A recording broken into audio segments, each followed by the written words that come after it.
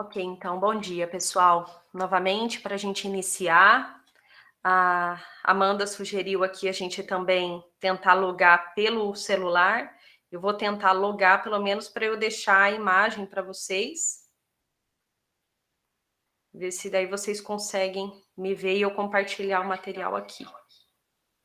Vou ver se eu só fecho o microfone.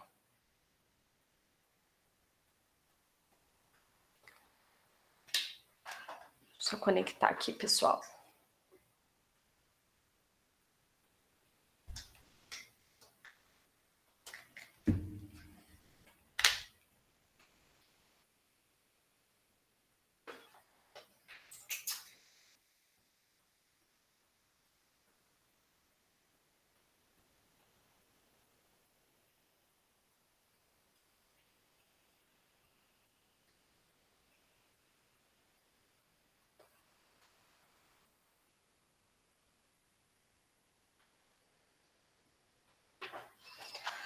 Ai, gente, nós vamos ficar meio de ladinho, mas vai ser uma alternativa, né?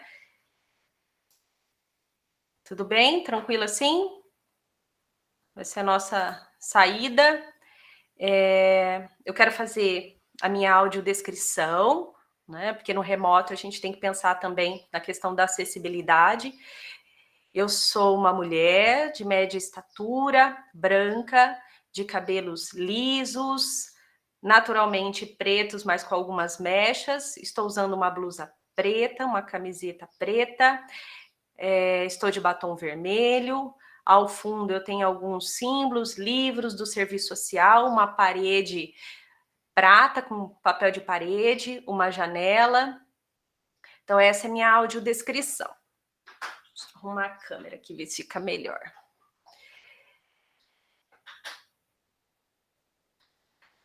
Bom, eu quero iniciar dizendo para vocês que esse curso é uma parceria da Universidade Estadual de Maringá com a Universidade Federal de Integração Latino-Americana, que é a UNILA de Foz do Iguaçu. Eu que participo do PCA junto com a Paula, Amanda, Thaís, outros colegas e muitos de vocês que aqui também estão hoje. É uma parceria que vem a longo tempo e que eu quero agradecer a oportunidade de poder mais uma vez discutir o trabalho infantil, né, como uma grande violação dos direitos humanos de crianças e adolescentes, a gente poder discutir hoje aqui também nesse espaço, nesse momento, o trabalho infantil. Eu vou compartilhar com vocês aqui a apresentação e explicar um pouquinho também qual que vai ser a nossa metodologia, né? Como que a gente vai dialogar aqui durante os nossos encontros.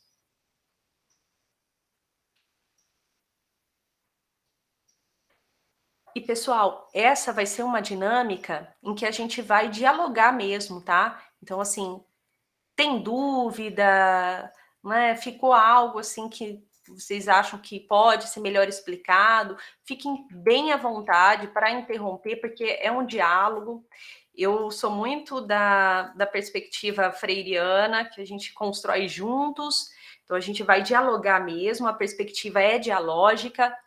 Fiquem muito à vontade para em qualquer momento, qualquer situação, vocês, né, levantarem a mãozinha, abrirem o microfone e dialogar, tá bom? Porque eu sei que cada uma que aqui estão hoje tem uma percepção sobre o que é o trabalho infantil, o que isso representa, como enfrentá-lo e a realidade que se apresenta também diante das diferentes realidades que vocês estão inseridos e inseridas, né? Ou por região, ou por porte de município, até mesmo a questão que movimenta a economia da região ou do município vai interferir na forma como essa expressão da violência também acontece em diferentes contextos. Então, fiquem bem à vontade para trazer a experiência de vocês, a contribuição, para que a gente possa, juntos e juntas, aqui dialogar e pensar alternativas, né? Construir alternativas para enfrentamento e combate ao trabalho infantil. Bom, esse curso ele foi pensado em 3 encontros que vocês devem ter recebido, começando hoje, na semana que vem, que será no dia 8, e aí a gente retorna no dia 29 para finalizar. Por que no dia 29? Porque no dia 15 é feriado, né? E no dia 22, como já tinha uma agenda de uma atividade aqui na Unila, para mim, eu não consegui manter as 3 terças-feiras aí pulando o dia 15. Mas aí a gente finaliza no dia 29. A proposta é que a gente tenha um tempo aí de 1h30 a 2 horas, se for preciso, por encontro, para conversar um pouquinho e aprofundar os nossos conhecimentos, nossas reflexões em torno dessa questão. Tá joia? Alguém tem alguma dúvida para iniciar? Quer fazer alguma pergunta? Pedir algum esclarecimento? Fiquem à vontade, pessoal.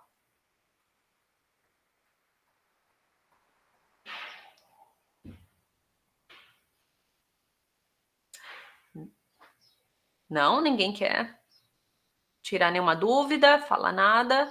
Eu estou olhando aqui no chat para ver se tem alguma coisa, também não. Só vou pedir para vocês que, como eu tô... Aí, alguém... Onde serão disponibilizadas as gravações? Amanda, as gravações depois serão enviadas por e-mail, se sabe? Amanda, que é o nosso suporte, a responsável técnica. Aí a Amanda vai confirmar, depois ela passa aqui pra gente, tá bom? Mais alguma dúvida, alguém?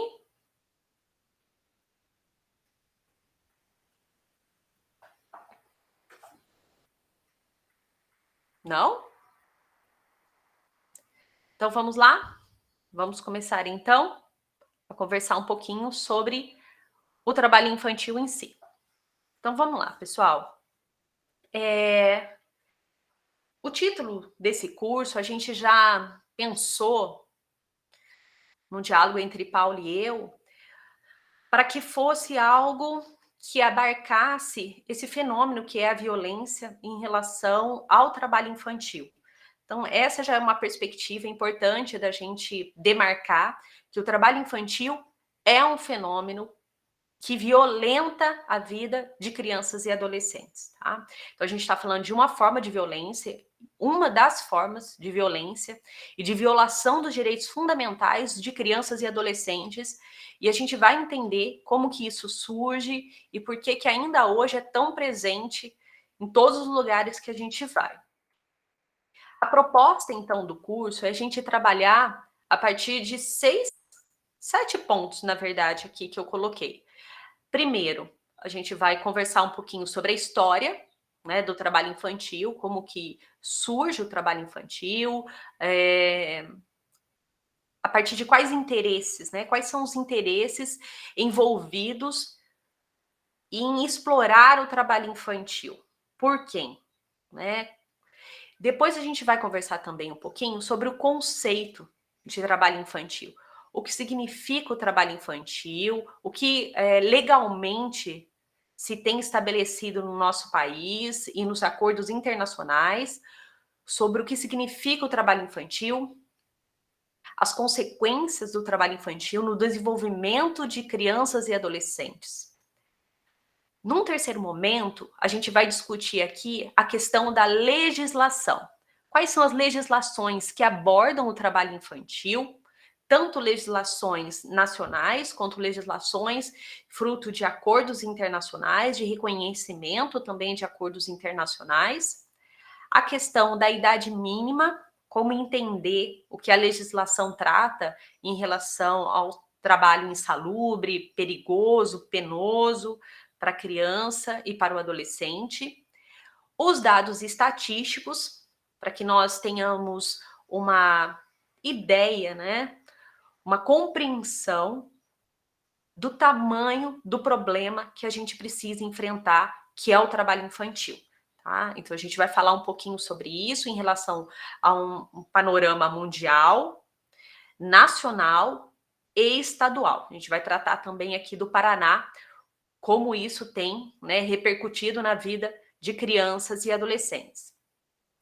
Num sexto momento, a gente vai falar da importância da articulação em rede, do sistema de garantia de direitos de crianças e adolescentes e como que cada um que compõe uma rede de proteção à criança e adolescente é fundamental para a gente combater o trabalho infantil. E, por último, a gente vai trabalhar também os mitos, porque são muitos os mitos em torno do que significa o trabalho infantil, né? Questões que a gente vai ouvindo durante a vida da gente, que os mais velhos defendem, né? O trabalho infantil dignifica o homem. Então, isso também precisa ser desconstruído, a gente precisa desromantizar essa questão do trabalho infantil como um elemento que dignifica a formação do ser humano. A gente vai discutir também sobre isso, até para que nós tenhamos argumentos para, né, dialogar com pessoas que ainda hoje defendem o trabalho infantil como formação do ser humano, tá? Então a gente vai discutir isso também. E aí eu tenho aqui algumas perguntas que eu denomino de perguntas geradoras. E são perguntas que, além de ser geradoras, porque elas vão gerar em nós, né, algumas inquietações em relação ao tema, são perguntas para a gente refletir a partir do seu lugar de fala, de onde você se encontra hoje, para pensar como que o trabalho infantil é enfrentado, como que essa questão é enfrentada. Primeiro, como você identifica o trabalho infantil em seu local de trabalho, né? Então, onde vocês hoje estão? Se vocês estão trabalhando ou se estão estagiando, se participam de algum movimento, de algum espaço, algum coletivo, como que vocês identificam o trabalho infantil? Há algum método, alguma concepção já estabelecida de como enfrentar o trabalho infantil na realidade onde vocês se encontram? Depois, como a rede de proteção responde à problemática o trabalho infantil? A rede de atendimento à criança e adolescente, a rede de proteção, tem um protocolo estabelecido para o enfrentamento do trabalho infantil? A rede de proteção tem um fluxo de atendimento ao trabalho infantil? Vamos dialogar sobre isso. Quais são as características do trabalho infantil onde você mora? Como se expressa? Essas últimas perguntas aqui, eu queria ouvir um pouquinho de vocês, né? Se alguém pudesse compartilhar. Quais são as características do trabalho infantil, a partir da realidade de alguns e algumas aqui de vocês, e como ele se expressa? Alguém poderia iniciar respondendo essas duas questões? Alguém se habilita?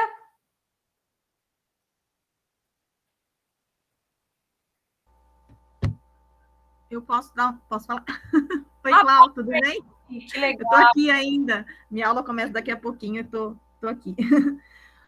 Então, Clau, eu acho que do que eu vivi mais de perto, né, o trabalho infantil feminino, né, das meninas cuidando, né, de crianças, como se isso fosse ensinar a maternar também, né, e que isso seria assim além de ser um trabalho, a menina estaria trabalhando, ela estaria aprendendo alguma coisa boa para a vida dela, né, a ser uma boa mãe, enfim, algo assim. Então, isso na minha experiência desde criança, né, era o que eu via mais de perto, assim, eram crianças cuidando de crianças, né, Uhum. no dia a dia. Isso é o que me veio agora, de exemplo. Ótimo, Paulo, obrigada, viu? Isso diz muito também da nossa cultura, né? Em relação a uma cultura machista, primeiro, porque a mulher, para ela precisa crescer já tendo, né, alguns ofícios ali que ela deve dominar, principalmente em relação ao cuidado, aos trabalhos domésticos. Isso também tem a ver com uma cultura já machista estabelecida. E de características, né? Da mulher, ela nasceu para determinadas funções. E a gente, no decorrer do curso, a gente vai conversar também e perceber que isso diz muito da nossa sociedade patriarcal também. Porque no trabalho infantil, a misoginia, ela também aparece, né? Então, a gente vai perceber que todas as características ali em relação à misoginia, ao patriarcalismo, ao racismo estrutural, a gente vai perceber que são pontos ali, questões que também atravessam o fenômeno do trabalho infantil. Quem mais?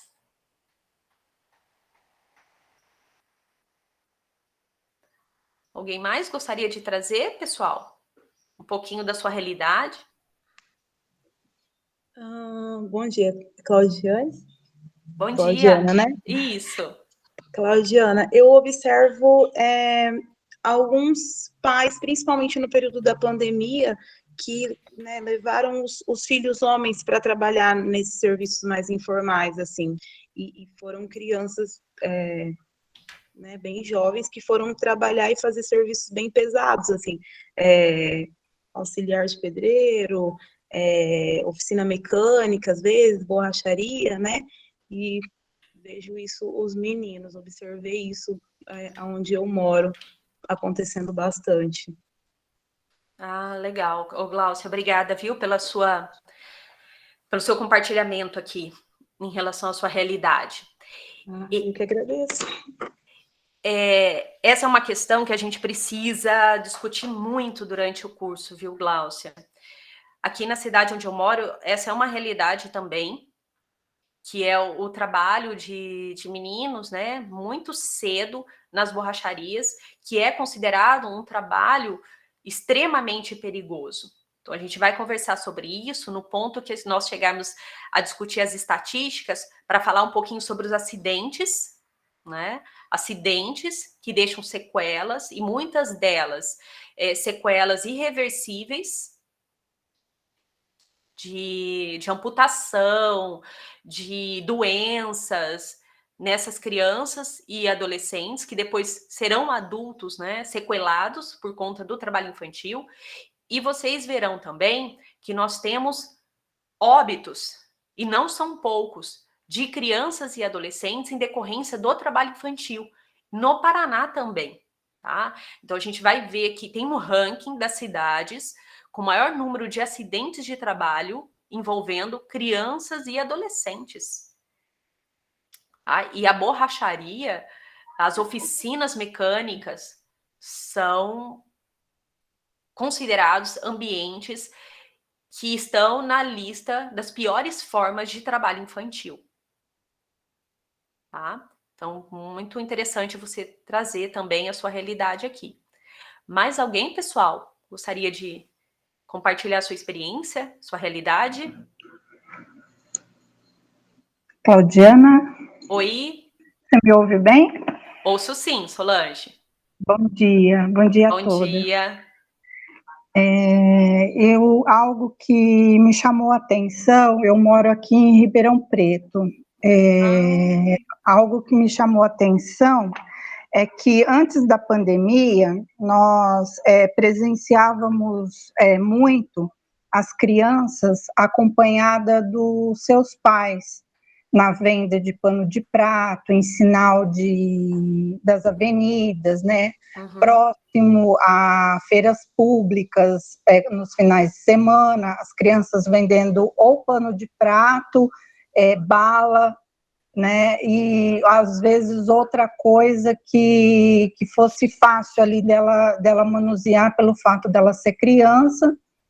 E também com os pais, quando esses pais se colocavam assim, lavando o para-brisa dos carros, né? Isso era muito comum aqui antes da pandemia.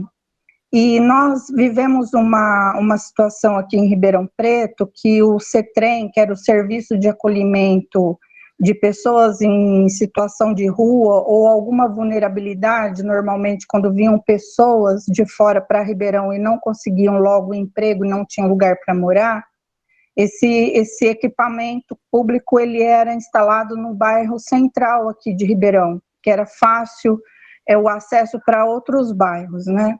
E esse equipamento público foi retirado dos Campos Elíseos, e levado para um bairro afastado, próximo ao aeroporto da cidade. Então, isso ficou claro, a política pública higienista que está sendo feita e sendo colocada em prática aqui na cidade.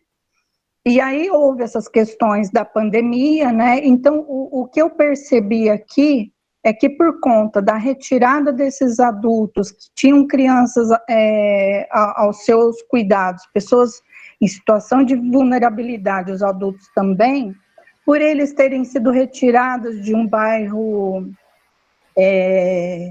central da cidade, hoje a gente vê menos crianças no trabalho infantil. Não que ele não exista mais, mas é um efeito dessa política higienista que está sendo colocada em prática, né, que a princípio afeta rapidamente os adultos, mas que leva a reboque também as crianças.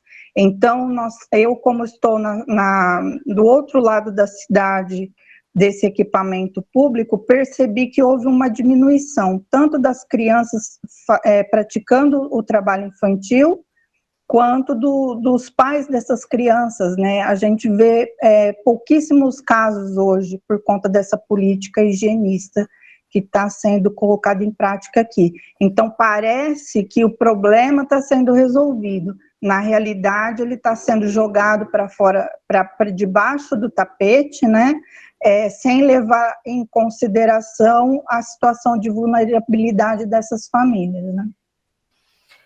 Exatamente, Solange. Nossa, muito obrigada por você compartilhar com a gente aí um pouquinho da realidade de outro estado, e a gente precisa conhecer, né? A gente precisa conhecer o que está acontecendo, discutir, debater. E isso tem sido uma tendência adotada por vários municípios, que é mascarar os dados, não é? Esse ano é um ano em que estão ocorrendo as conferências municipais dos direitos da criança e do adolescente. E o tema das conferências desse ano, né, que foi um tema deliberado pelo Conselho Nacional dos Direitos da Criança e do Adolescente, é a gente pensar as consequências da pandemia na vida de crianças e adolescentes e de suas famílias. E nós precisamos, nesse sentido, refletir, né? O quanto que a pandemia ela agravou um quadro econômico que já era notório por todos nós em relação à crise econômica, social, tudo isso que a gente está vivendo ainda, mas que a pandemia ela agrava uma crise econômica que tem repercussão na vida de crianças e adolescentes. E as conferências desse ano, elas nos convocam a pensar políticas públicas para enfrentamento das consequências da pandemia na vida de crianças e adolescentes. E essa sua realidade, né, que você trouxe aqui, bom dia, Vanessa, seja bem-vinda. Essa realidade que você compartilhou com a gente é algo que precisa ser debatido nesses espaços, né? Espaços deliberativos, espaços de planejamento das políticas públicas. E talvez nem todos os municípios estão privilegiando nesses espaços a discussão do combate ao trabalho infantil, né? Talvez nem todos os municípios tenham um fluxo de atendimento, tenha uma política de enfrentamento ao trabalho infantil.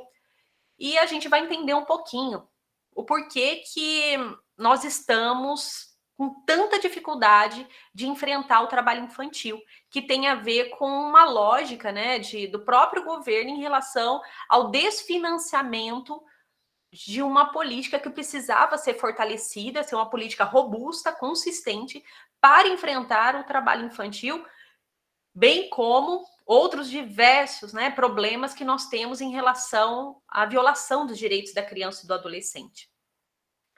E eu acredito que nesse sentido, viu, Solange, se aí no município onde você mora ainda não houve conferência dos direitos da criança e do adolescente, que seja um importante momento para você apresentar essa problemática, falar assim, olha, precisamos enfrentar, né? Como que aqui coletivamente e de forma muito responsável e crítica a gente vai fazer isso. Vamos pensar aqui também, né, nesse sentido.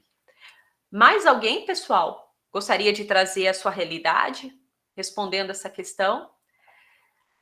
Deixa eu ver a Ana Raquel. Ana Raquel, que é aluna do curso de Serviço Social lá de Foz. Ana, obrigada por você estar aqui. Então, a Ana colocou aqui no CREAS 2 de Foz, são atendidos em situação de trabalho infantil meninos que vendem coisas em semáforo, que trabalham para o tráfico de drogas, que passam mercadorias do Paraguai para o Brasil. A gente vai conversar um pouquinho sobre isso também, viu, Ana? Vocês podem observar que nós temos aqui diferentes realidades, e isso é muito importante a gente debater, que o trabalho infantil, ele tem diferentes, né, expressões. Então, a gente vai ver que dependendo da região, e não falando só no Brasil, mas no próprio Paraná, dependendo da região, a gente vai ver uma expressão mais agropecuária em relação ao trabalho infantil, mais rural, em determinado espaço, em território, é mais urbana. Por exemplo, em Foz do Iguaçu, a gente tem esse problema que é gravíssimo, né, nos semáforos, algo que vem historicamente tentando ser combatido em relação não só aos brasileiros, mas os estrangeiros também.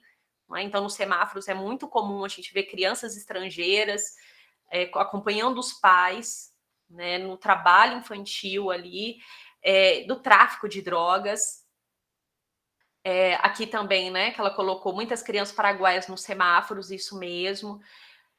Quer dizer, a gente vai vendo que o contorno do trabalho infantil vai cada vez mais ganhando traços gravíssimos, que a gente precisa, né, criar estratégias de enfrentamento e de combate ao trabalho infantil.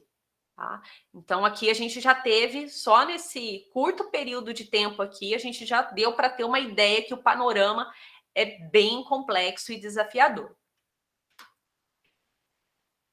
E eu quero pensar com vocês aqui hoje também que essa problemática, ela não é de agora, né? O trabalho infantil, nós temos registros de trabalho infantil desde a época do feudalismo, gente, tá? Desde a época do feudalismo. Então, a gente vai ver ali que a primeira figura, ela já apresenta que os artesãos, eles tinham uma ideia de que ao empregar uma criança, essa criança, durante o feudalismo, ela não teria uma remuneração, tá? Ela não seria remunerada, ou com alimento, ou com moradia, que a gente vai ver que na Revolução Industrial isso já era uma ideia, da criança ter uma remuneração, mas que no feudalismo a gente vai ver que as crianças, elas não tinham uma remuneração, elas tinham uma aprendizagem. A perspectiva que se tinha da exploração da mão de obra infantil nessa época é que essa mão de obra ela seria explorada para que futuramente ela tivesse um conhecimento para ganhar o seu sustento. Então a ideia era o seguinte: a gente vai ensinar essa criança agora para que ela futuramente tenha uma profissão. Então era o absurdo do absurdo, que era não garantir, não existia, né, nenhuma ideia do que nós temos hoje, uma direção do que nós temos hoje em relação aos direitos de crianças e adolescentes, mas naquele momento o que se defendia era que criança precisava trabalhar com 4, 5 anos, aprendendo ofícios com artesão, para que futuramente tivesse um a fazer, né, que ela tivesse uma forma de ganhar o seu sustento. Então, ali a gente tem as duas primeiras figuras que representam o feudalismo e o ensino das crianças e adolescentes de um ofício. As figuras abaixo, elas já trazem para a gente uma noção do que era o trabalho infantil na Revolução Industrial, tá? Então, na primeira Revolução Industrial, no século XVIII, nós temos registros, vários registros na história, de crianças a partir de 4 anos de idade já sendo exploradas até por 14 horas diárias. As crianças, elas eram empregadas principalmente porque suas famílias, elas tinham saído da zona rural, então houve um êxodo rural. as famílias mudaram-se para a zona urbana, né, para os grandes centros industriais. Havia uma escassez de mão de obra para demanda e as crianças, elas eram consideradas, então, mão de obra. E vocês podem observar ali que os equipamentos, os maquinários, eles não eram projetados para o tamanho das crianças, o que acarretava, então, vários acidentes de trabalho, várias mutilações, né? E fora os riscos dos acidentes nos maquinários, os registros históricos também nos apontam o quanto que essas crianças elas eram violentadas fisicamente por conta dos castigos físicos que elas eram submetidas. Se em algum momento elas brincavam, faziam alguma brincadeira, né? Gente, eram crianças. Então, se elas brincavam, se elas se distraíam, se elas cansavam, elas eram brutalmente castigadas, castigos físicos mesmo. Essas crianças eram expostas, tá? E imaginem vocês, 14 horas de trabalho diário. Então, a gente está falando aí que elas entravam para trabalhar às 5 da manhã e trabalhavam até às 19 horas. A gente está falando de uma carga excessiva de trabalho para uma criança que está em desenvolvimento, o seu corpo, o seu psicológico em desenvolvimento, elas eram submetidas a todas essas violações de direitos. Ah, mas era assim, Claudiana? Era assim e até pior, porque a gente vem de uma sociedade burguesa que, como a Paula aqui bem lembrou, que acredita que o trabalho dignifica o homem, né? Então, que a gente tem essa noção de que nós somos criados nessa ideia de que o trabalho vai dignificar o homem. Então, quanto mais cedo uma criança trabalhar, mais digna ela será. Só que vocês podem observar também que esse discurso, ele é seletivo. Ele é seletivo, porque esse discurso, ele é defendido para crianças pobres e principalmente crianças negras. Esse discurso não é para toda criança.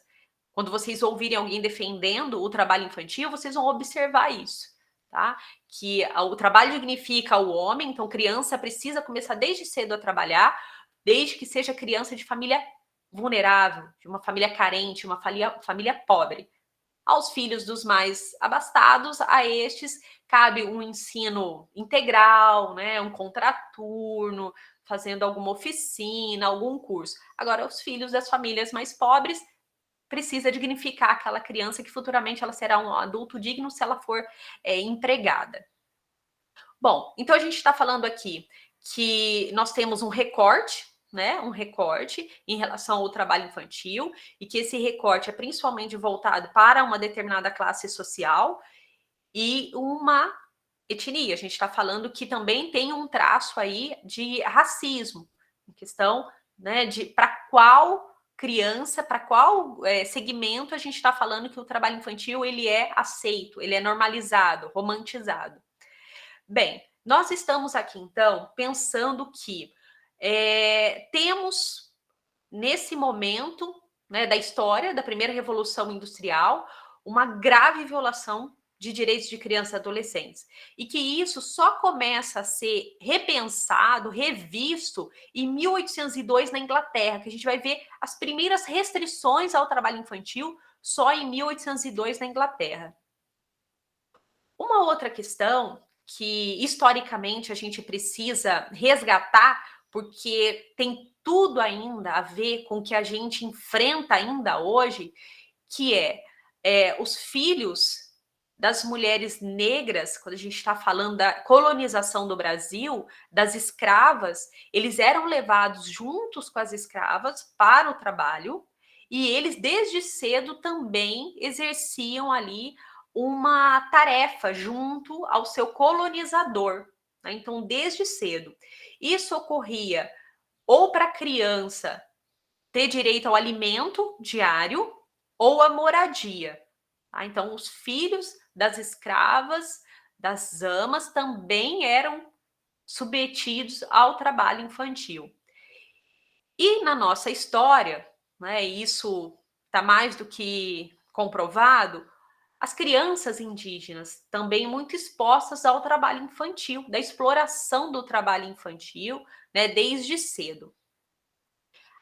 Nesse aspecto, a gente precisa fazer uma reflexão sobre a questão cultural que envolve o trabalho infantil das crianças indígenas, que no decorrer do curso a gente vai discutir aqui também. Mas esse traço histórico, ele ainda está presente entre nós. É uma forma, né, que a gente vê ainda sendo perpetuada. Mas a gente falou de expressões do trabalho infantil no decorrer da história, pensando aí desde a colonização, do feudalismo, da Revolução Industrial. E hoje? Será que hoje esse problema ele ganha novos contornos? Sim, nós temos novos contornos, né? Nós temos novas expressões do trabalho infantil. Aqui eu trouxe algumas imagens para a gente resgatar aí da nossa experiência, né, da vivência de cada um e cada uma que aqui hoje está, para a gente pensar. Eu vejo criança trabalhando na zona rural, eu sei de crianças que trabalham na zona rural, crianças que estão expostas ao trabalho doméstico, aos cuidados, como a Paula também citou aqui, uma criança às vezes cuidando de outra criança, vendendo nas ruas, sorvete, né? A gente banalizou, gente. Nós banalizamos as crianças vendendo sorvete na rua. E não deve ser normatizado, não pode ser normalizado, né? Não é natural. A criança está exposta ao trabalho infantil, que vivencia uma situação de trabalho infantil, ela está automaticamente sendo exposta a vários outros riscos, como o abuso sexual, a exploração sexual, né, situações de risco iminente em relação à própria violência urbana, que essas crianças ficam também submetidas. A gente falou aqui também das oficinas, né? Essa imagem também retrata ali uma criança trabalhando numa oficina. E eu quero muito conversar com vocês no decorrer do curso sobre isso, quais são os riscos de trabalhos através da lista TIP, que são a lista que estabelece as piores formas de trabalho infantil e que destas piores formas, que são mais de 90 piores formas de trabalho infantil, diversas delas vocês com certeza veem todos os dias nas cidades onde vocês moram, tá? E são consideradas as piores formas de trabalho infantil. E também uma outra expressão do trabalho infantil que a gente não pode naturalizar, que são os meninos nas construções civis.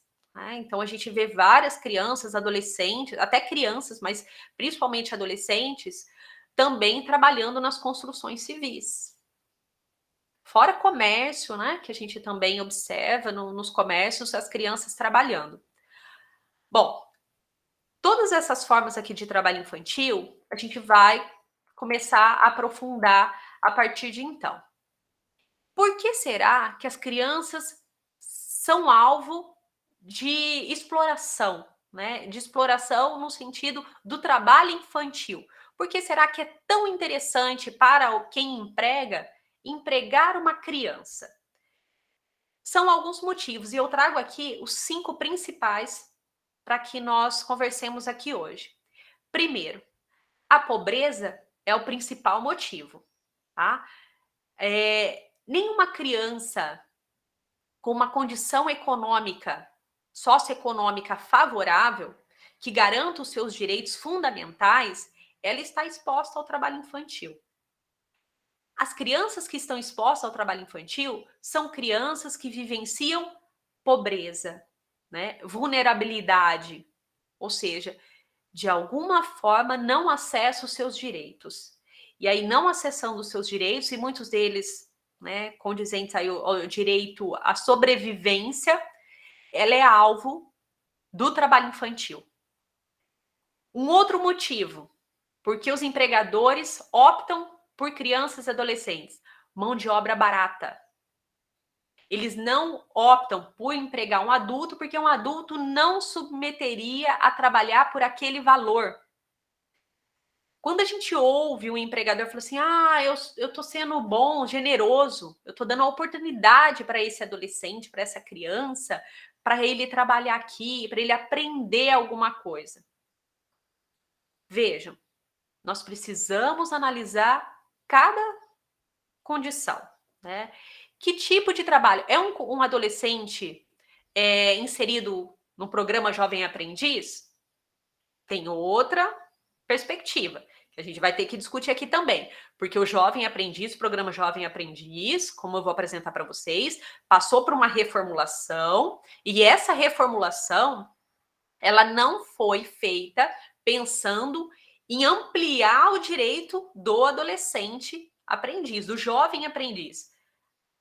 O inverso, né? Ao contrário disso, a revisão da legislação que trata do programa Jovem Aprendiz beneficiou 1000 vezes o empregador ao invés de ser o jovem, tá? Então a gente vai discutir sobre isso também.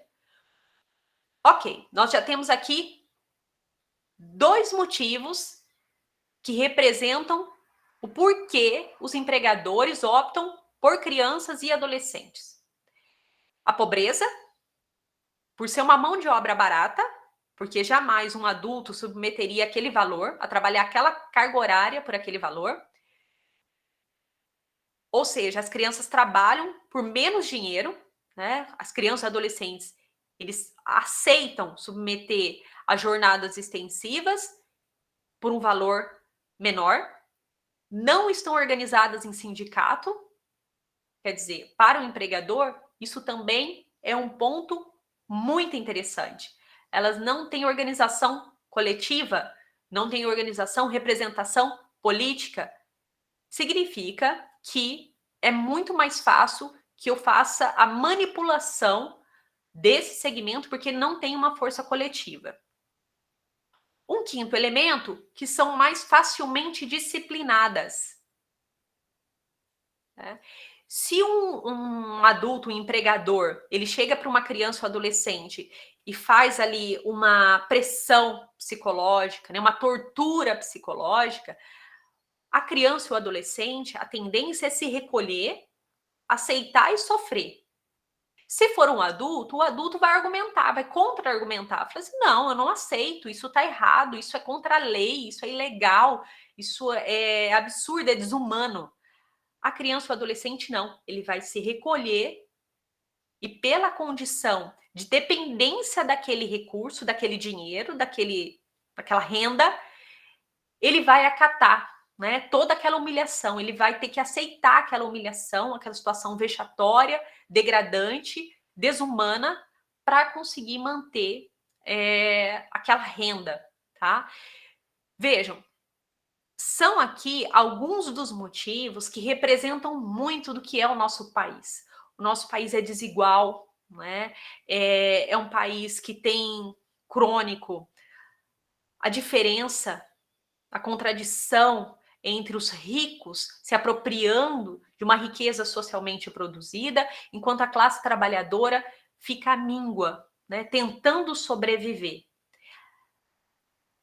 Isso também representa que a crise econômica, né, a pobreza em si, a fome, nós temos hoje mais de 33 milhões de pessoas passando fome no Brasil.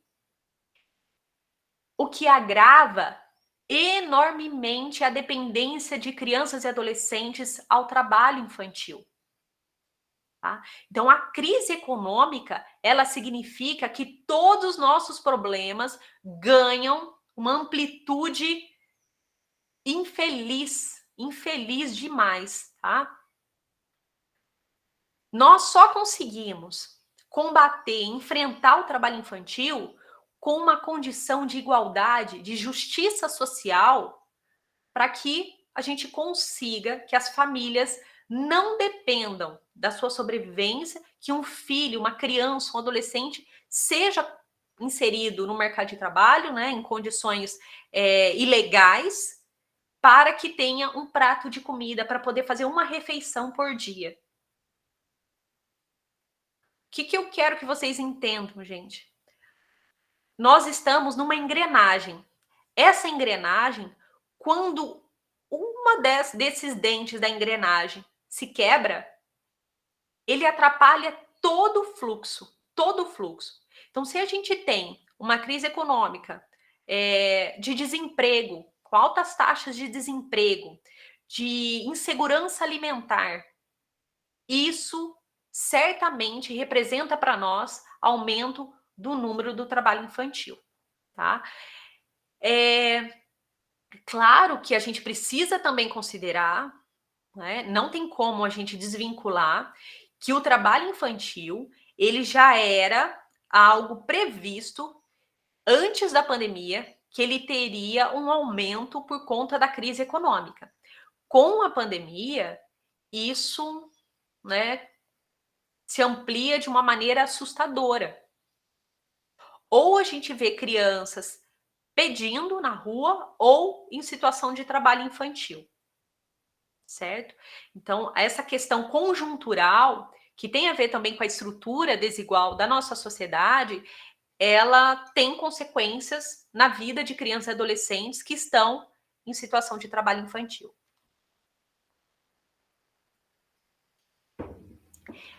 Por que combater o trabalho infantil, então? Por que nós precisamos combater o trabalho infantil? O trabalho infantil, ele não é condizente com a ética de uma sociedade democrática. Uma sociedade democrática, dita democrática, ela não pode naturalizar e banalizar o trabalho infantil. Essa sociedade democrática que objetiva a equidade, a igualdade de oportunidades para todos os cidadãos, ela não deve aceitar o trabalho infantil. A gente não deve concordar com redução da maioridade penal para pensar que vai ser a saída, que vai ser a alternativa, que vai salvar a nossa nação, se a gente não tiver uma política pública que garanta um desenvolvimento saudável, né, equitativo, justo, em que o filho do mais rico e o mais pobre possam estudar numa mesma escola de qualidade, né, que a gente não tenha essa segregação imposta na nossa sociedade. Precisamos entender, então, que uma sociedade democrática que quer equidade e justiça social garante a todas as crianças e adolescentes as mesmas oportunidades. Enquanto a gente não tiver isso, a gente vai ficar reproduzindo os maiores problemas que nós temos desde a nossa colonização, que um deles é o trabalho infantil. Qual que é a definição que se tem, então, do que seja trabalho infantil a partir da legislação brasileira? Uma legislação brasileira que tem como norte, né, organismos internacionais como a ONU, Organização das Nações Unidas, Organização também Internacional do Trabalho. O que nós temos de definição? São atividades econômicas ou de sobrevivência com ou sem finalidade de lucro, remuneradas ou não, realizadas por crianças ou adolescentes. Ah, Claudiana, mas como assim? Né? O que significa isso? Vejam, nós estamos falando aqui que a partir da legislação brasileira, mesmo que essa criança e esse adolescente que estão em condições ilegais de trabalho, eu falo principalmente do adolescente por conta do jovem aprendiz, que a gente vai aprofundar aqui no decorrer do nosso diálogo, mesmo se essa criança, esse adolescente, ele não é remunerado, é condizente, é reconhecido como um trabalho infantil, como uma violação de direitos, certo? Exemplo, vamos imaginar aqui que a criança, ela seja imposta a ela os afazeres domésticos, por exemplo, na casa de uma tia.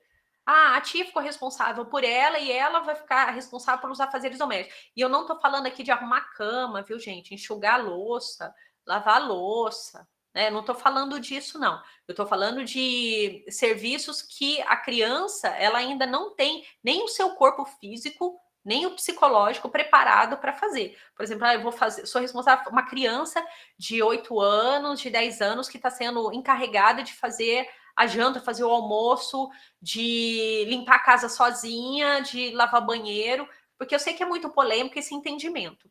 Só que, mesmo se essa criança, nessa condição, ela não é remunerada, ela está sendo ali, está sendo imposta a ela, está sendo uma atividade que está retirando da escola ou da tarefa da escola, né, que vem prejudicando o seu desenvolvimento educacional também, isso significa que, mesmo não sendo remunerado, ela está em condição de trabalho infantil. Certo? Uma criança que acompanha os seus pais, por exemplo, no semáforo, mesmo que não for dela a responsabilidade de ir lá e oferecer no carro, mas se ela acompanha o pai e a mãe, isso também é considerado que a criança está sendo exposta ao trabalho infantil. Vejam, a nossa legislação, ela avançou muito nesse entendimento, nessa concepção do que seja o trabalho infantil. Porque nós estamos falando que, mesmo que não seja uma atividade que seja ali considerada essencial para a sua sobrevivência, mas seja uma atividade econômica, isso também é considerado trabalho infantil. Nós estamos aqui pensando a partir de várias condições. Famílias que dependem daquele trabalho infantil para ter um alimento em casa, um prato de comida em casa. Famílias que nem tanto, que não têm essa dependência para se alimentar, com o dinheiro que chega na casa pelo trabalho infantil.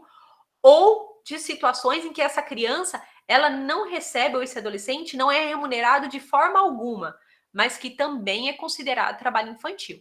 Tá? Então, é essa definição que a legislação brasileira tem hoje, que são atividades econômicas ou de sobrevivência com ou sem finalidade de lucro, remuneradas ou não, realizadas por crianças ou adolescentes.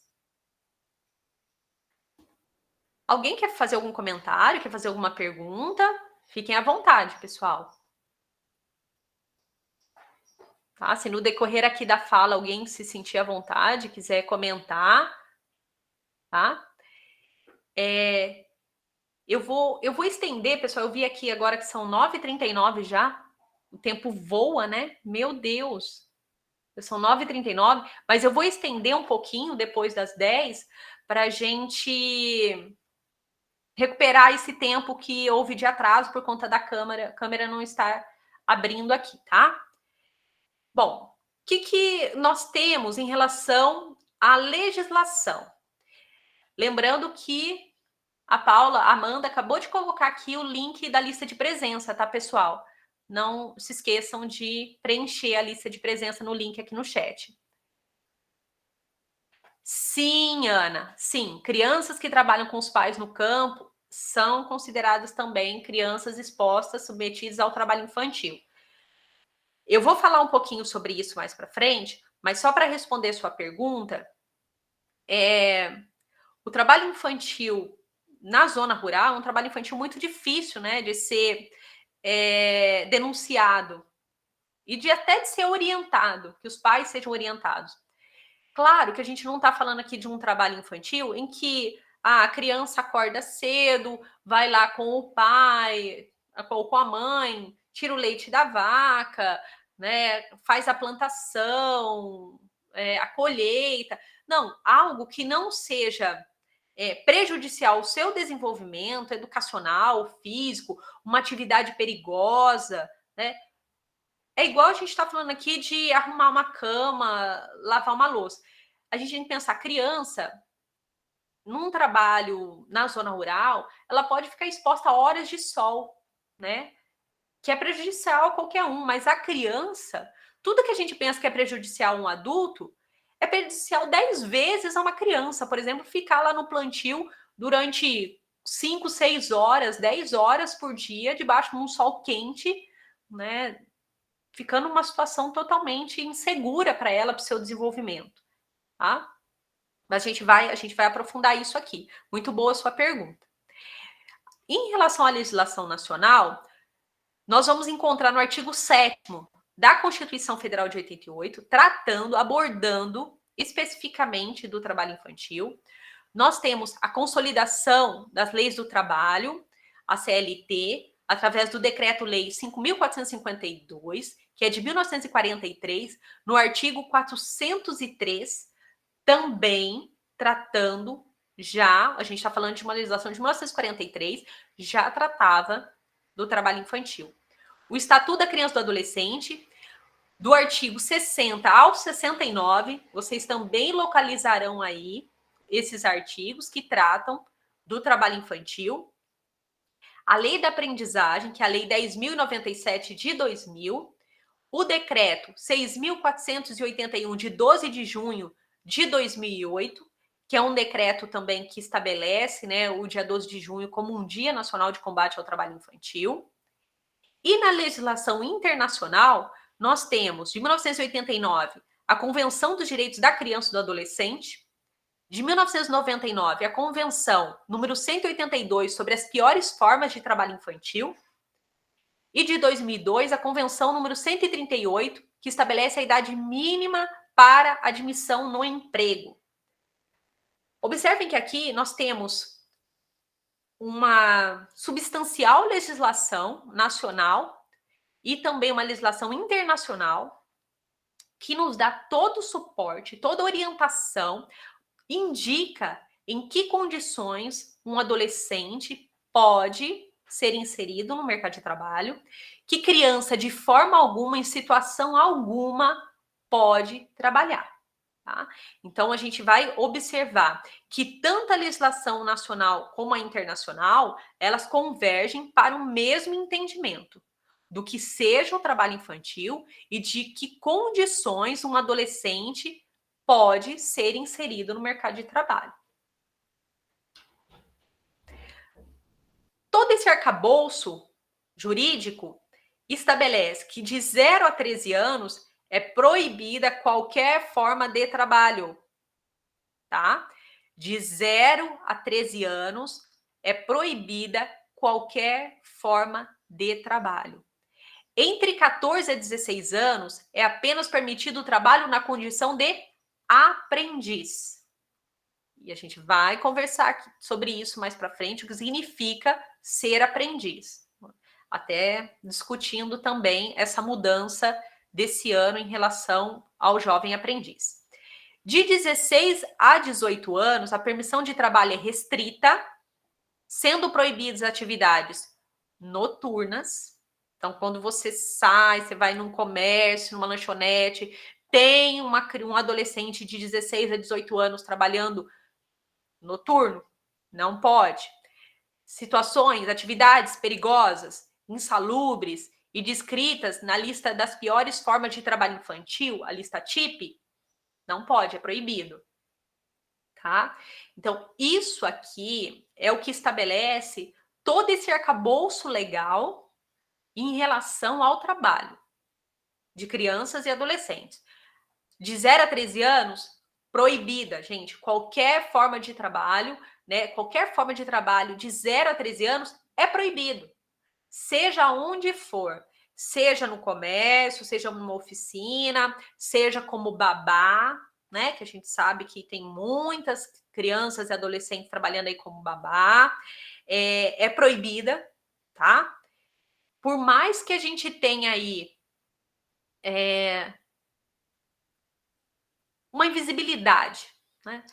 E aí é uma situação que a gente precisa também pensar de que maneira a gente insere essa discussão junto à rede de proteção, ao conselho tutelar, de que o trabalho infantil, mesmo num ambiente doméstico, familiar, que é o caso das meninas principalmente, né, que exercem essas atividades de cuidado das crianças, de cuidado de lar, de responsabilidade pelo lar, é proibido, tá?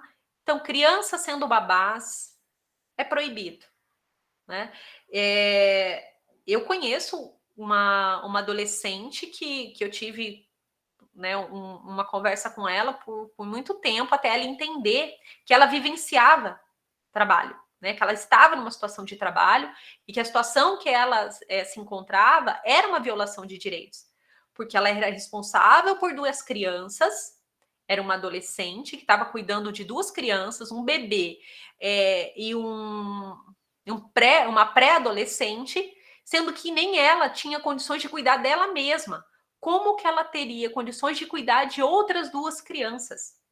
E olha a responsabilidade que é você cuidar de 2 crianças.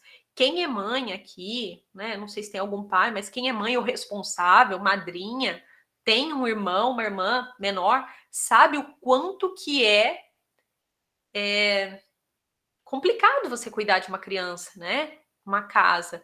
Eu, como mãe, eu sei dos riscos que envolvem ter uma criança em casa, você tá atento o tempo inteiro. Imagine essa responsabilidade sobre uma criança que não tem vínculo, ela não tem vínculo com aquela criança, né? Um vínculo afetivo, de cuidado, não acompanhou quais são as maiores dificuldades daquela criança, os maiores riscos que ela pode estar submetida. É sobre isso que nós precisamos nos debruçar. Pensar que criança não cuida de criança. Né? Quem deve ser responsável por atividades que, de alguma maneira, significam risco, são adultos.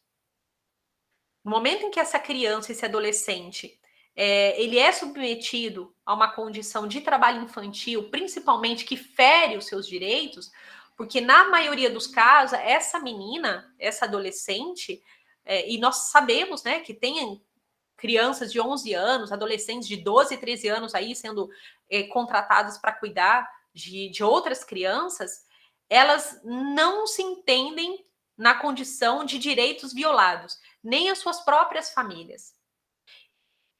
E eu falo aqui não só em relação ao empregador, mas o próprio Estado, porque o próprio Estado também é um violador de direitos no momento em que ele não combate o trabalho infantil, ele não investe em políticas públicas de combate ao trabalho infantil, no momento em que ele não toma nenhuma posição de fiscalização, de busca ativa nos territórios para fazer um diagnóstico do trabalho infantil no município e criar uma cultura que combata esse problema, tá? Então, o Estado, ele é, sim, omisso, né? Então, nós estamos falando aqui de uma violência institucional que negligencia o combate ao trabalho infantil na maioria dos municípios, salvo raras exceções.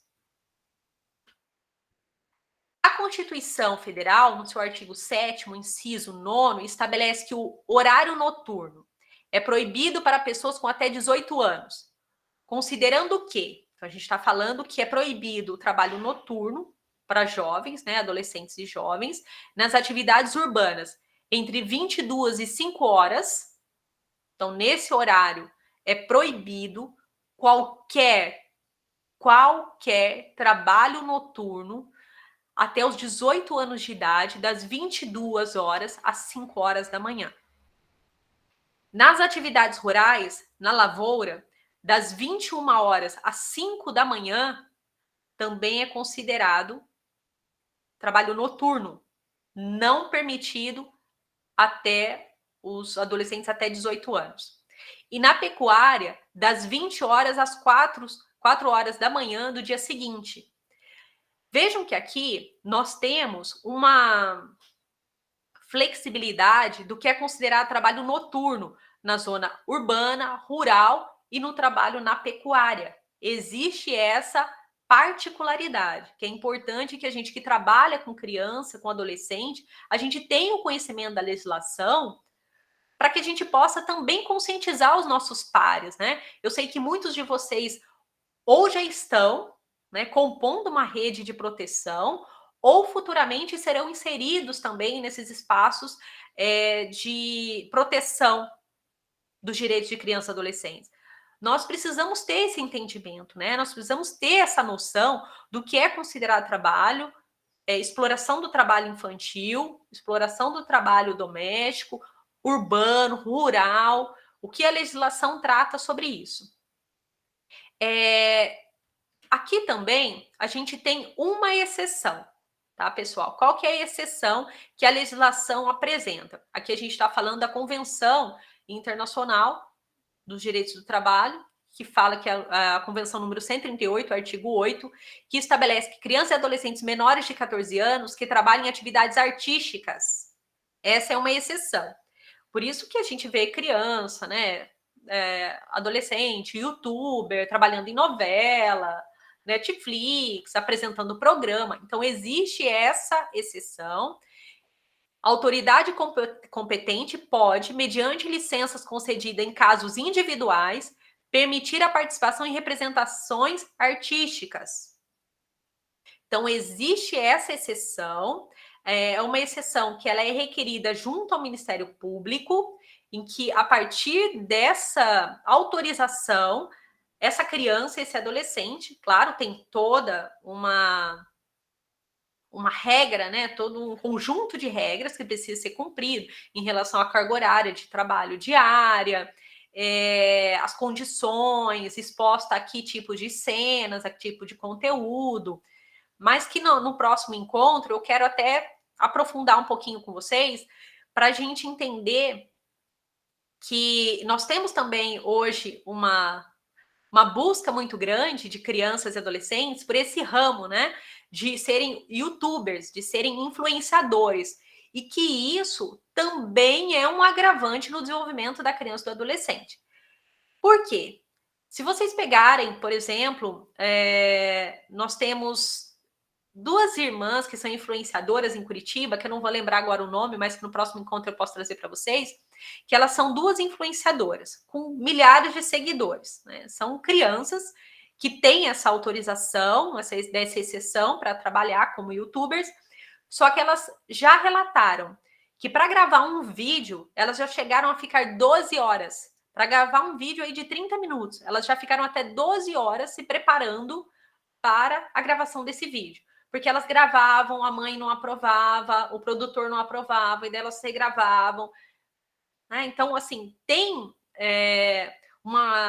um conhecimento mais profundo que a gente precisa ter sobre o que as crianças estão assistindo na TV, no tablet, no celular, e que tem ali, né, uma idealização do que seja ser youtuber, mas que por trás daquela imagem, daquele vídeo curto, ou às vezes, né, até um vídeo maior, mas que tem uma grande dedicação e superexploração ou da imagem da criança ou também do seu desenvolvimento. Certo? Então, até em condições em que há autorização do Ministério Público para que a criança exerça essas atividades artísticas, precisa-se de um estudo aprofundado para entendimento em que medida aquela atividade artística, aquela representação artística também não significa uma violação do direito da criança e do adolescente. Alguma dúvida, pessoal, até aqui? Alguém quer falar alguma coisa, fazer alguma pergunta? Fica bem à vontade, tá? Adolescentes de 16 a 18 anos podem trabalhar, tá? Então, a gente está falando que a legislação permite que de 16 a 18 anos podem trabalhar. Lembrando que a gente vai ter toda uma legislação que vai estabelecer também o registro em carteira, que eu vou apresentar aqui mais para frente para vocês, pensando que já a partir dos 16 já é possível que esse adolescente já tenha carteira assinada, né, já conte como tempo de trabalho, mas mesmo podendo trabalhar, dos 16 aos 18 anos, existem algumas restrições, segundo a nossa legislação. Atividades noturnas, como eu disse para vocês, atividades perigosas, né? Então, atividades que possam incorrer em risco para a criança, para o adolescente, criança não pode, mas para o adolescente, que são situações, por exemplo, que a gente falou aqui, de oficinas, borracharias, autoelétricas, né? A gente sabe que tem muita criança, adolescente sendo empregado por autoelétricas também. Quer dizer, são condições em que essas crianças estão sendo expostas a perigos. Açougue, gente. Adolescente trabalhando em açougue também é perigoso.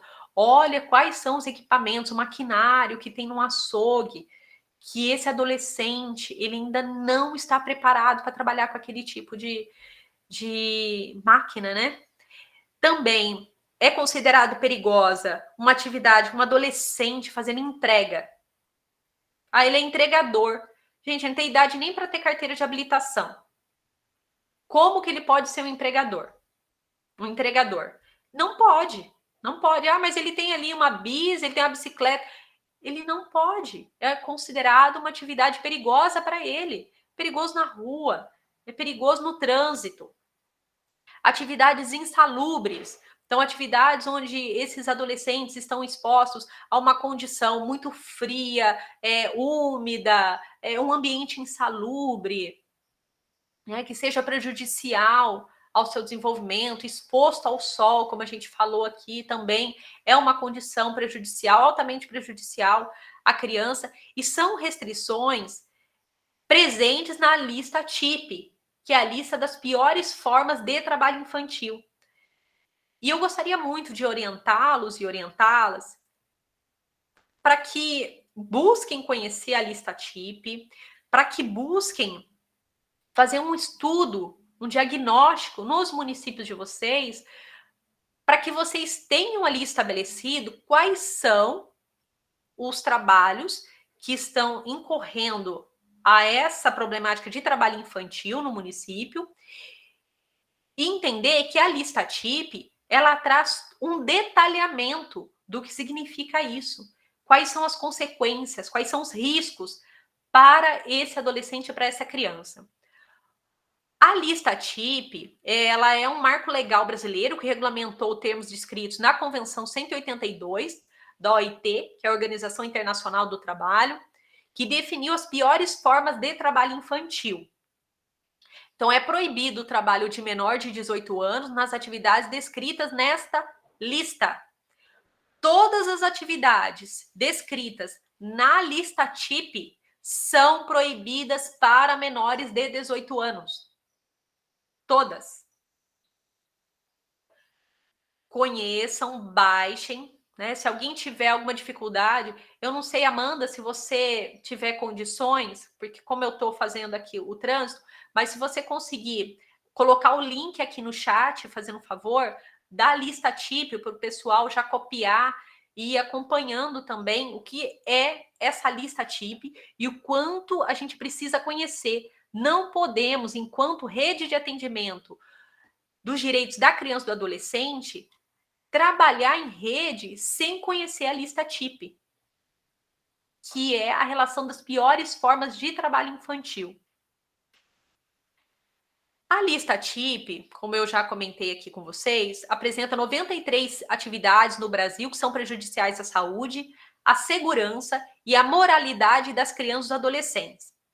A lista TIP, ela tem aqui descrita algumas fases, né? Algumas especificidades do que significa o risco e o prejuízo do trabalho para uma criança ou um adolescente.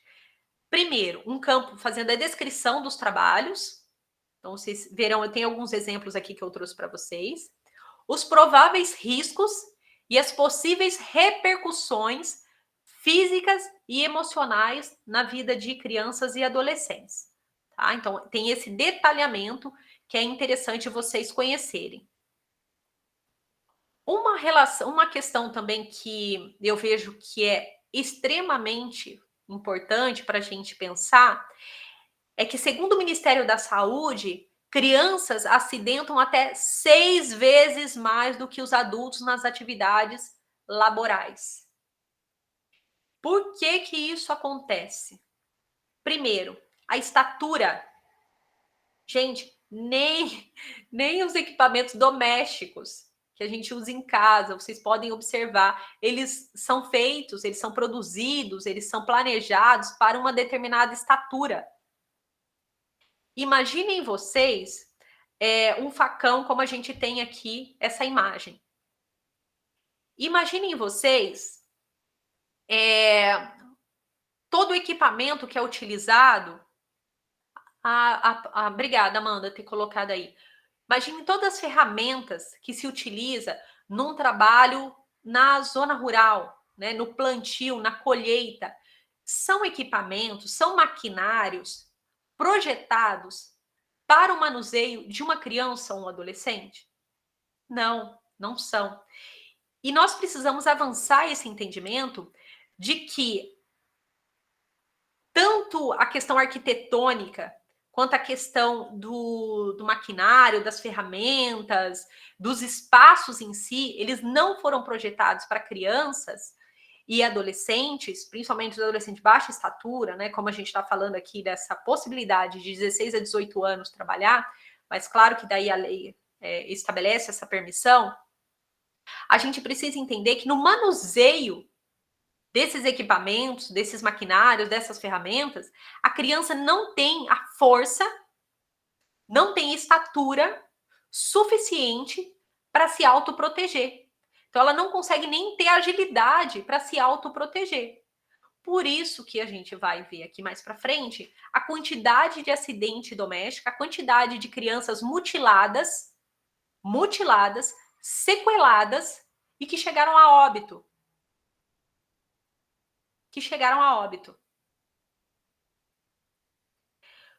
Quantas vezes vocês não ouviram, quando vocês eram crianças, adolescentes, ou até hoje vocês não veem alguém orientando as crianças sobre, olha, cuidado com os produtos de higiene, né? Na minha infância, uma colega minha tomou solda cáustica. Até hoje ela tem sequelas desse acontecimento na vida dela, né? E eu lembro que foi extremamente chocante.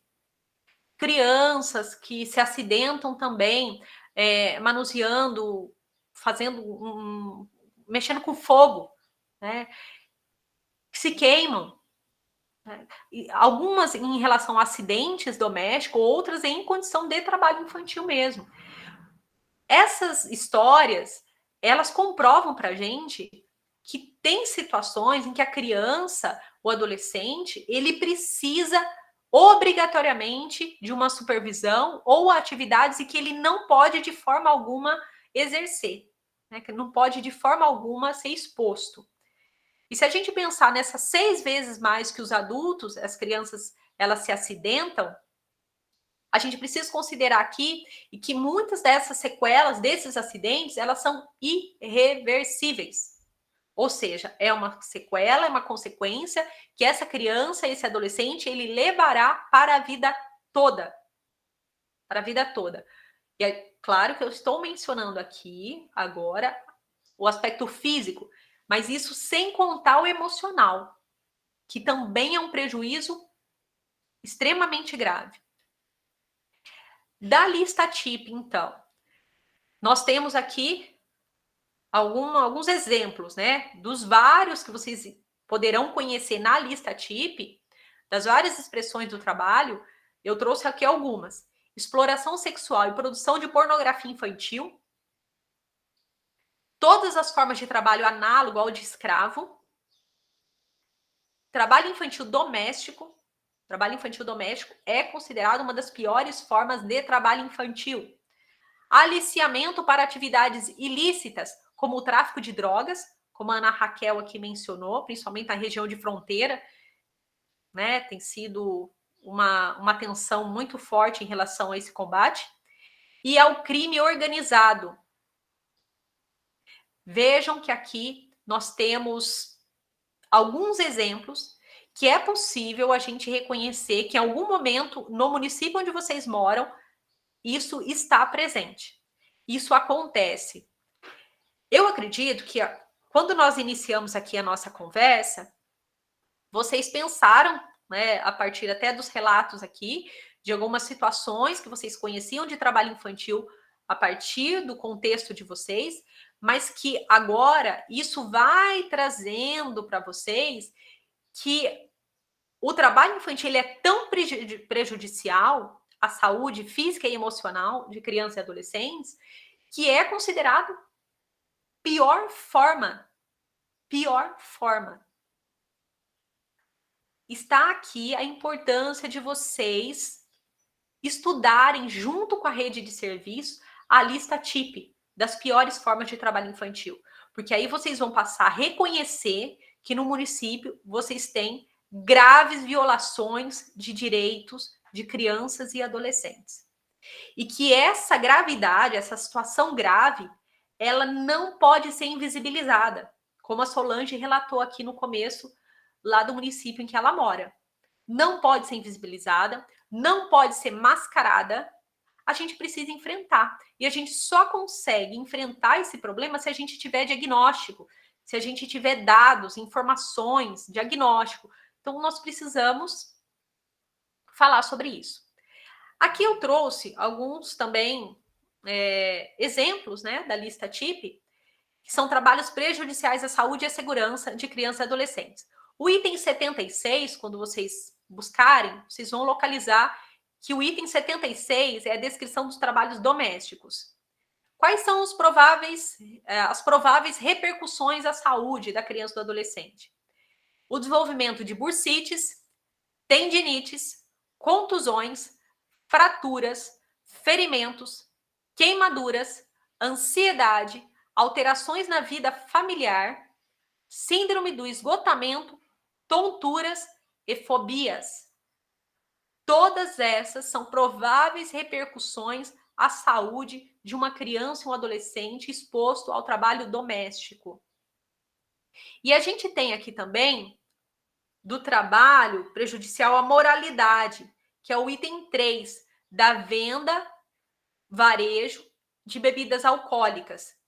Nesse caso, também é considerado piores formas de trabalho infantil.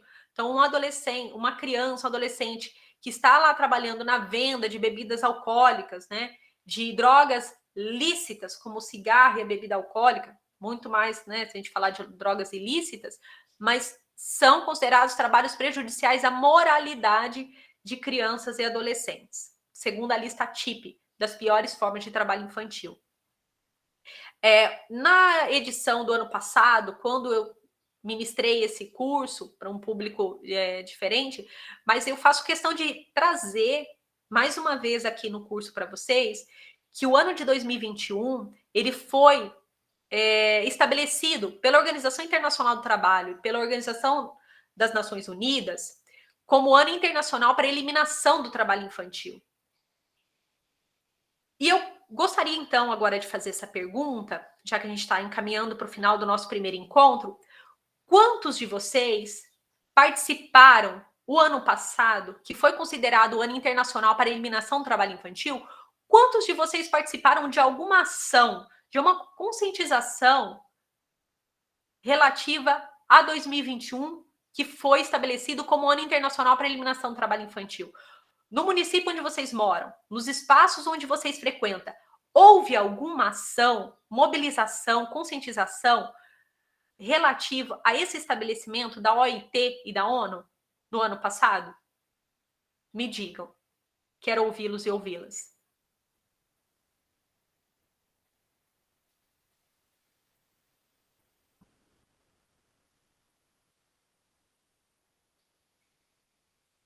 Ninguém? Ninguém participou de nenhuma ação ano passado de combate ao trabalho infantil?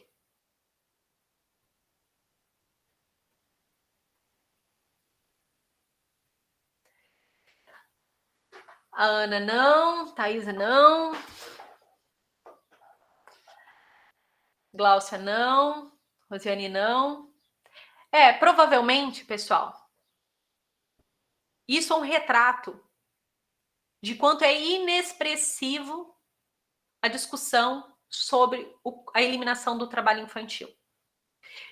Se nós tivemos 2021, e isso foi antes de iniciarmos a pandemia, tá, gente? Esse estabelecimento pela OIT e pela ONU já foi estabelecido por terem uma preocupação com os números, o registro, o índice que vinha subindo em relação ao trabalho infantil no mundo. Quando a gente enfrenta em 2021, além do trabalho infantil, a associação com a pandemia, isso nos dá a ideia do que foi e o que está sendo as consequências dessa pandemia para a eliminação do trabalho infantil.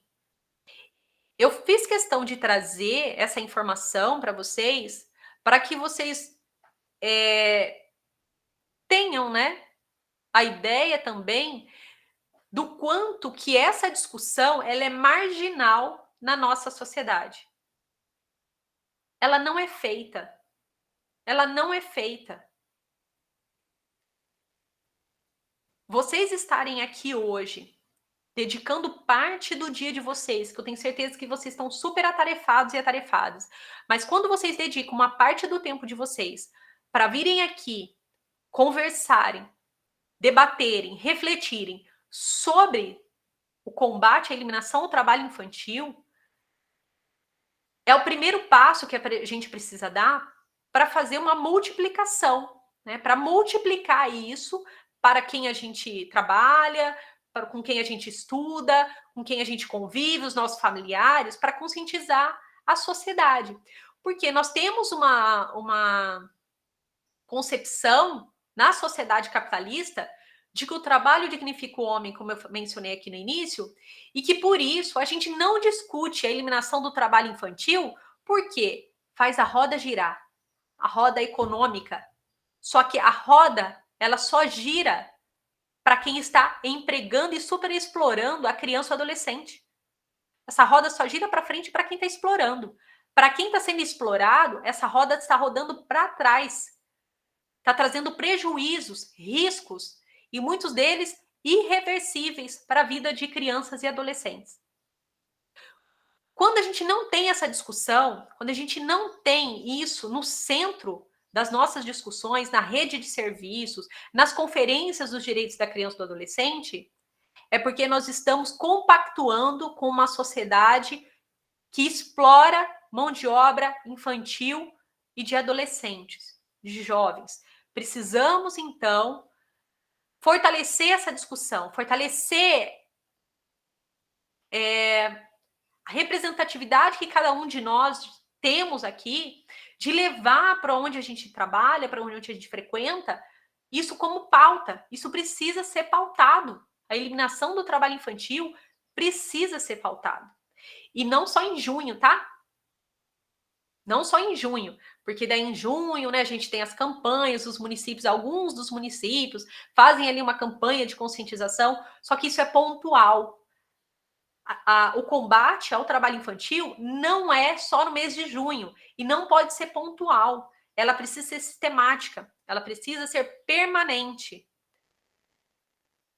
A OIT e a ONU, quando estabeleceram 2021 como um ano, né, de eliminação, de conscientização e eliminação do trabalho infantil, também atendiam a um dos objetivos que foi estabelecido pela ONU de tomar medidas imediatas e eficazes para erradicar o trabalho forçado, acabar com a moderna escravidão e tráfico de pessoas e assegurar a proibição e eliminação das piores formas de trabalho infantil, incluindo recrutamento e utilização de crianças soldado, e até 2025 acabar com o trabalho infantil em todas as suas formas.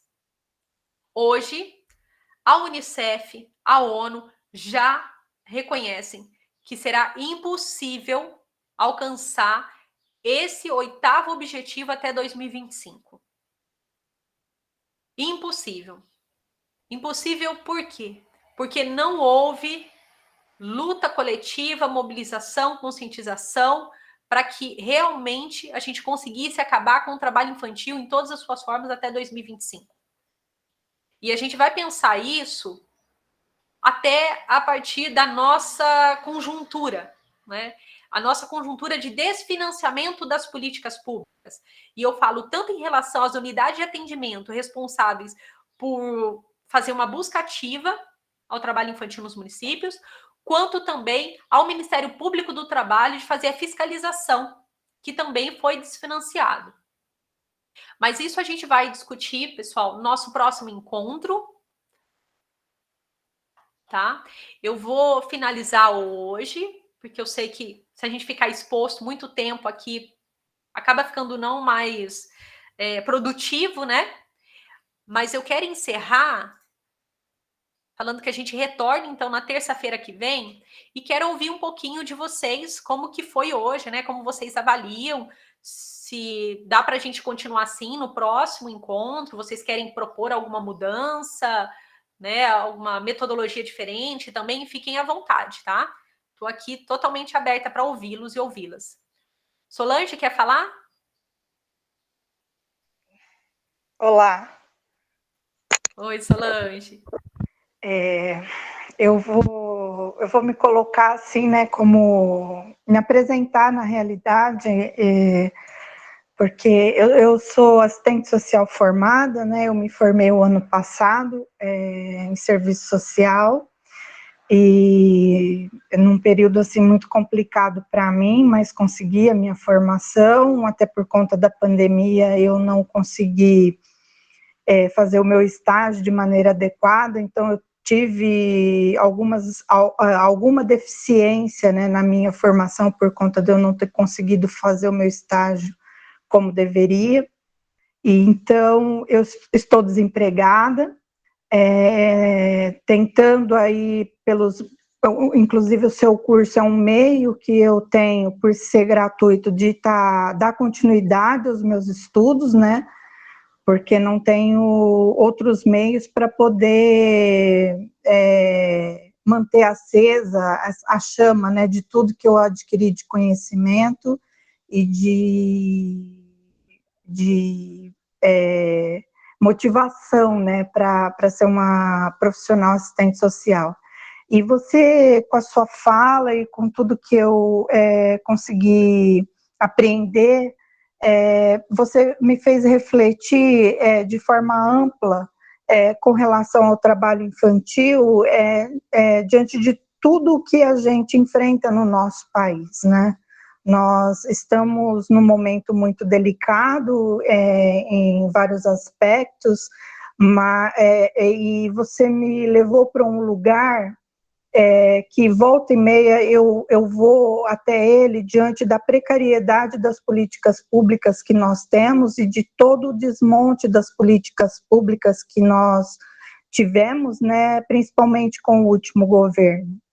Então, se o adulto ele não presta atenção na criança, independente de ser pai, mãe, ter a relação sanguínea, né, ou não, se nós não nos colocarmos, né, como um ator vigilante para o cuidado da criança, ela não vai ser cuidada, né? Em tudo aquilo que ela realmente precisa para ser um ser que tem direito, né? E diante da sua formação, né, como um ser de direito. Então,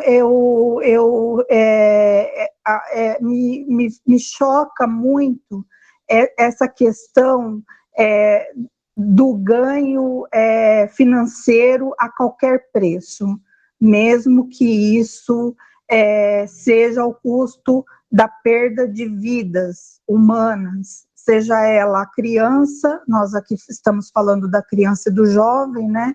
Mas nós estamos vendo também com relação aos adultos, isso acontece também.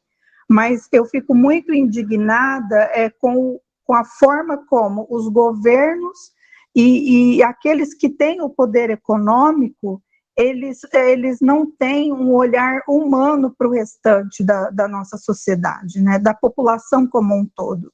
Então, a partir do momento que o ganho financeiro, esse objetivo é alcançado, não importa por cima de quem que eu estou passando para alcançar esse objetivo. Então, a precariedade cada vez maior das políticas públicas, e agora a gente vê um enfrentamento, um acirramento no desmonte de órgãos públicos que cuidam, né, da população mais carente. A gente vê isso na questão da saúde, da educação e outros equipamentos públicos, a desmobilização do serviço público, né, que vai também de encontro a acarretar a falta de cuidado para a criança e do adolescente, né, porque isso é uma cadeia, como você colocou para nós.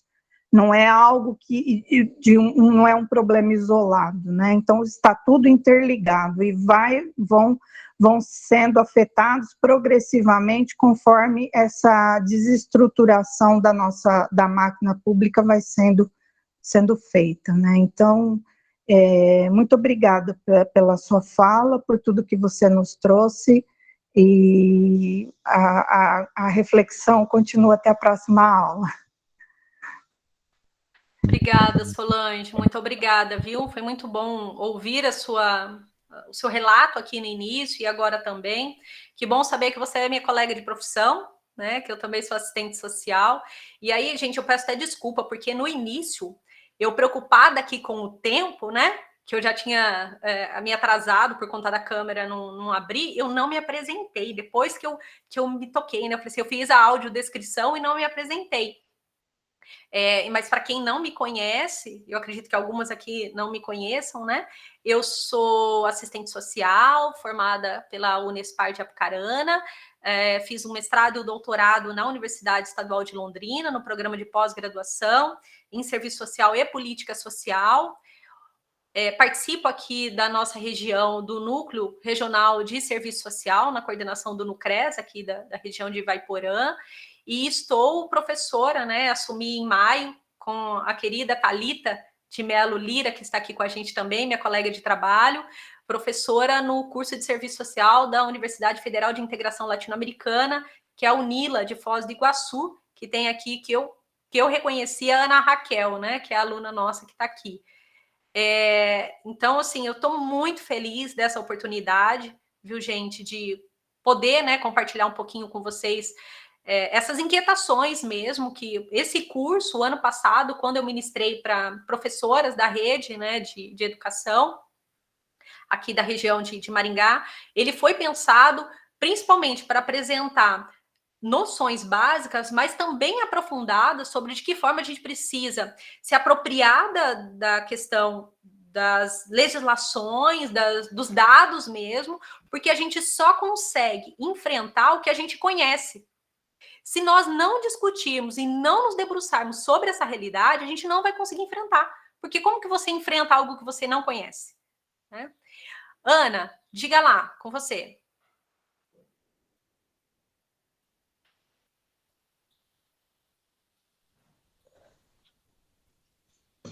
Olá, gente, bom dia. Vocês estão me ouvindo? Estão me ouvindo? Sim, Ana, que bom que você está aqui. A Ana também é aluna lá da Unila. Então, eu gostei muito, né, da aula e eu só queria fazer um relato sobre mim. Eu venho do interior da Bahia e lá a gente não se vê falar disso, de trabalho infantil, de combate ao trabalho infantil. E eu fui vítima desse tipo de trabalho, né? Trabalhava na roça com meus pais e também nos meus 14 anos, eu fui trabalhar de doméstica. E aí eu fiquei dos 14 até os 20, com aquela ilusão de... Lá na Bahia tem muito disso de as pessoas querendo levar as crianças para suas casas com a promessa de estudo. E foi essa promessa que foi feita para mim, entendeu? E aí eu fiquei até os 20 nessa casa de família, trabalhando de domingo a domingo, sem descanso, sem remuneração, sem nada. E isso afetou nos meus estudos, porque, tipo, eu não me considero uma pessoa muito inteligente, sabe? E talvez seja por isso, porque eu não estudei, não fiz o estudo certinho, sabe? Por causa do trabalho. E é isso, e eu tô gostando muito da aula. Tchau. Obrigada, Ana. Obrigada por você compartilhar a sua vida com a gente, né? E com certeza você vai, em outros momentos aqui, agregar muito a essa discussão. A gente precisa, né, ouvir esses relatos e pensar o quão grave é essa violação de direitos. E, infelizmente, situações como essa que a Ana vivenciou, ainda hoje, elas acontecem. Né? Eu emprego a criança, o adolescente, para garantir para ele uma moradia, para ela uma moradia, e aí isso em troca, ela faz o serviço para mim. Gente, isso é estrutural, é da nossa formação sócio-histórica. Isso é gravíssimo.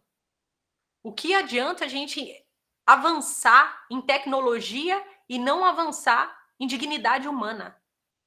Diga, Ana, pode falar. Não, eu não levantei a mão, foi mal, desculpa. Ah, não, imagina.